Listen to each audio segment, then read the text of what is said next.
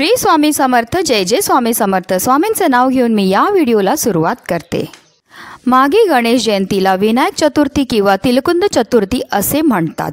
महाराष्ट्रात काही ठिकाणी या दिवशी 1.5 दिवसाचा गणपतीला आणलं जातं आणि गणेशोत्सव साजरा केला जातो. पौराणिक कथेनुसार गणपतीने राक्षसांना मारण्यासाठी 3 वेळा अवतार घेतला होता. पहिला अवतार वैशाख शुक्ल पौर्णिमेला, त्याला पुष्टीपती विनायक जयंती म्हणतात.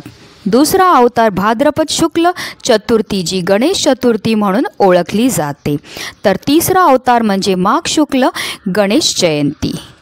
श्री गणेश लहरी ज्या दिवशी प्रथम पृथ्वीवर आल्या, म्हणजे ज्या दिवशी श्री गणेशाचा जन्म झाला, तो दिवस होता माघ शुद्ध चतुर्थी. तेव्हापासून गणपतीचा आणि चतुर्थीचा संबंध जोडला गेला. माघ शुद्ध चतुर्थी ही श्री गणेश जयंती म्हणून साजरी केली जाते. या तिथीचे वैशिष्ट्य म्हणजे या तिथीला श्री गणेशाचे तत्व हे नेहमीच्या तुलनेत 1 सहस्त्रपटीने कार्यरत असतात. या वर्षी माघ महिन्याच्या शुक्ल पक्षातील चतुर्थी तिथी सोमवार 12 फेब्रुवारी 2024 रोजी संध्याकाळी 5:44 सुरू होणार असून मंगळवारी म्हणजे 13 फेब्रुवारी रोजी दुपारी 2:41 असणार आहे. उदय तिथीनुसार 13 फेब्रुवारीला गणेश जयंती साजरी केली जाईल.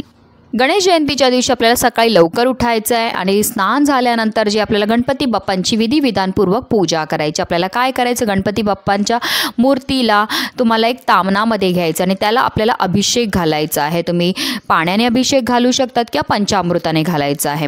आपल्याला काय करायचं, 11 पळी आपल्याला गणपती बाप्पांवर पाणी हे अर्पण करायचं. प्रत्येक पळी जे आपण पाणी अर्पण करतील ते आपल्याला ओम विघ्नहर्ताय नमः किंवा ओम गणपते नमः या मंत्राचा जप करत करत हे पाणी जे आहे गणपती बाप्पांवर अर्पण करायचं. आणि त्यानंतर हे जे पाणी आहे, म्हणजे ह्याला तीर्थसुद्धा म्हणू शकतात, हे आपल्या मुलांना आवर्जून आपल्याला प्यायला द्यायचं. असं केल्यामुळे आपल्या मुलांच्या बुद्धीमध्ये वाढ होते.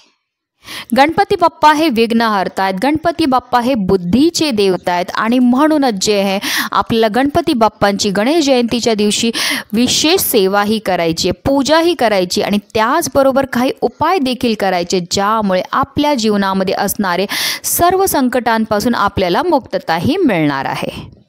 आणि म्हणूनच प्रत्येक आईने आपल्या मुलांसाठी फक्त 1 दिवा असा लावायचे, ज्यामुळे आपल्या मुलांच्या जीवनामध्ये असणारे सर्व विघ्न, सर्व दोष, सर्व संकटही नष्ट होणार आहेत. आणि त्याचबरोबर त्यांची जर अभ्यास करत असेल तर त्यांच्या अभ्यासामध्ये त्यांनी केलेल्या अभ्यासांना लक्षात राहील.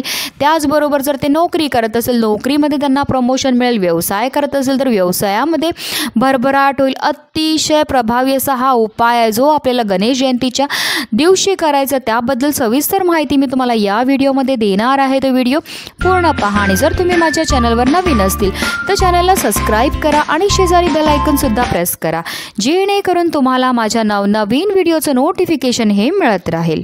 दिवा हा ज्ञानाचा प्रतीक आहे. दिवा हा तेजाचा प्रतीक आहे आणि ज्या घरामध्ये दररोज दिवा लावला जातो त्या घरामध्ये कधीही कोणत्याही प्रकारची नकारात्मकता राहत नाही. आणि म्हणूनच आपल्याला हा जो उपाय आहे तो दिव्यापासून करायचा. तर आपल्याला काय करायचं आहे, गणेश जयंतीच्या दिवशी सकाळी लवकर उठायचं, स्नान करायचे आणि स्नान केल्यानंतर आपल्याला गणपती बाप्पांची विधिविधानपूर्वक पूजा करायची. आणि पूजा झाल्यानंतर आपल्याला हा उपाय सकाळीच करायला घ्यायचा आहे. तर आपल्याला काय करायचं आहे, एक पंती घ्यायची. तुम्ही मातीची पंती घेऊ शकतात किंवा तुम्ही जो दिवा रोजच्या देवपूजेला वापरतात तो सुद्धा घेतला तरीही चालणार आहे.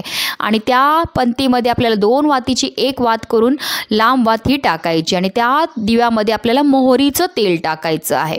आता जर तुमच्याकडे मोहरीचं तेल नसेल तर काय करायचं, तुमच्याकडे जे पण पूजेचं तेल तुम्ही वापरतात ते टाका आणि त्याच्यामध्ये चिमूटभर पिवळी मोहरी टाका. जर पूजेमध्ये तुमच्याकडे मोहरीचं तेल नसेल तरच तुम्हाला असं करायचं आहे. आणि जर तुमच्याकडे मोहरीचं तेल असेल तर आवर्जून मोहरीचंच तेल वापरा.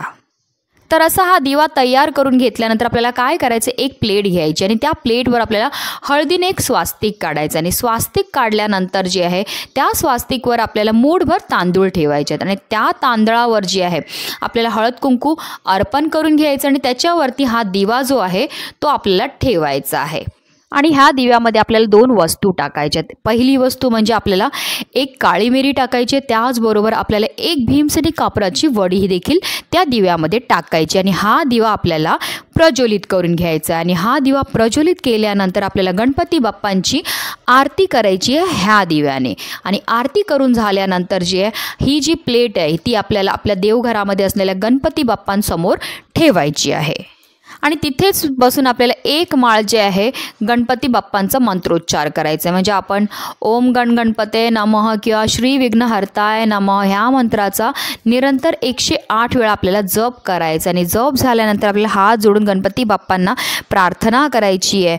म्हणजे जर आपल्या मुलांच्या जीवनामध्ये ज्या पण समस्या असतील त्या आपल्याला गणपती बाप्पांना सांगायच्या. जर ते अभ्यास करत असतील, केलेला अभ्यास त्यांना लक्षात नाही राहत असेल तर तसं म्हणायचं आहे. जर ते खूप शिकलेले आहेत पण त्यांना मनासारखी नोकरी नाही मिळत असेल तर तसं सांगायचे. जर त्यांच्या विवाहामध्ये काही समस्या येत असतील किंवा त्यांना संतान प्राप्तीमध्ये काही समस्या येत असतील, त्याचबरोबर जर त्यांच्या व्यवसायामध्ये काही समस्या येत असतील तर ज्या पण आपल्या मुलांच्या आपल्या घरातल्या कोणत्याही सदस्याच्या जीवनामध्ये ज्या पण समस्या असतील त्या आपल्याला गणपती बाप्पांना बोलायच्या आहेत. कारण हा जो आपण दिवा प्रज्वलित केलेला आहे आणि ह्याच्यामध्ये ज्या वस्तू टाकलेल्या आणि ह्या ज्या आपण सेवा केल्या त्या अतिशय उच्च कोटीच्या सेवा आहेत. आणि ह्या सेवा केल्यामुळे गणपती बाप्पा आपल्यावर लवकरात लवकर प्रसन्न होतात. कारण असं म्हटलं जातं गणेश जयंतीच्या वेळी जे आहे 1 सहस्त्रपटीने जास्त गणेश तत्व जे आहेत ह्या भूतलावर कार्यरत असतात. आणि त्यावेळेस जर आपण काही विशेष उपाय केले, विशेष सेवा केल्या तर त्याचा फायदा जो आपल्याला कित्येक पटीने जास्त हा मिळत असतो. आता हा जो दिवा आपण 13 फेब्रुवारीला म्हणजे गणेश जयंतीच्या दिवशी प्रज्वलित केलेला आहे तो आपल्याला गणेश जयंतीपासून सलग 21 दिवस ही सेवा करायची आहे. तुम्हाला स्वतः अनुभव येईल की तुमच्या मनातल्या ज्या पण इच्छा होत्या त्या पूर्ण झालेल्या आहेत. फक्त कोणतीही सेवा किंवा कोणताही उपाय करताना पूर्ण मनाने करा, पूर्ण श्रद्धेने करा, तर त्याचा फायदासुद्धा तुम्हाला खूपच चांगला हा मिळणार आहे. आपल्या घराच्या, आपल्या मुलांची, आपल्या पतीची भरभरून अशी प्रगती होणार आहे. आणि म्हणूनच व्हिडिओ जास्तीत जास्त लोकांपर्यंत शेअर करा जेणेकरून प्रत्येकाच्या आयुष्याचं कल्याण हो हीच मनामध्ये इच्छा. श्री स्वामी समर्थ. जय जय स्वामी समर्थ.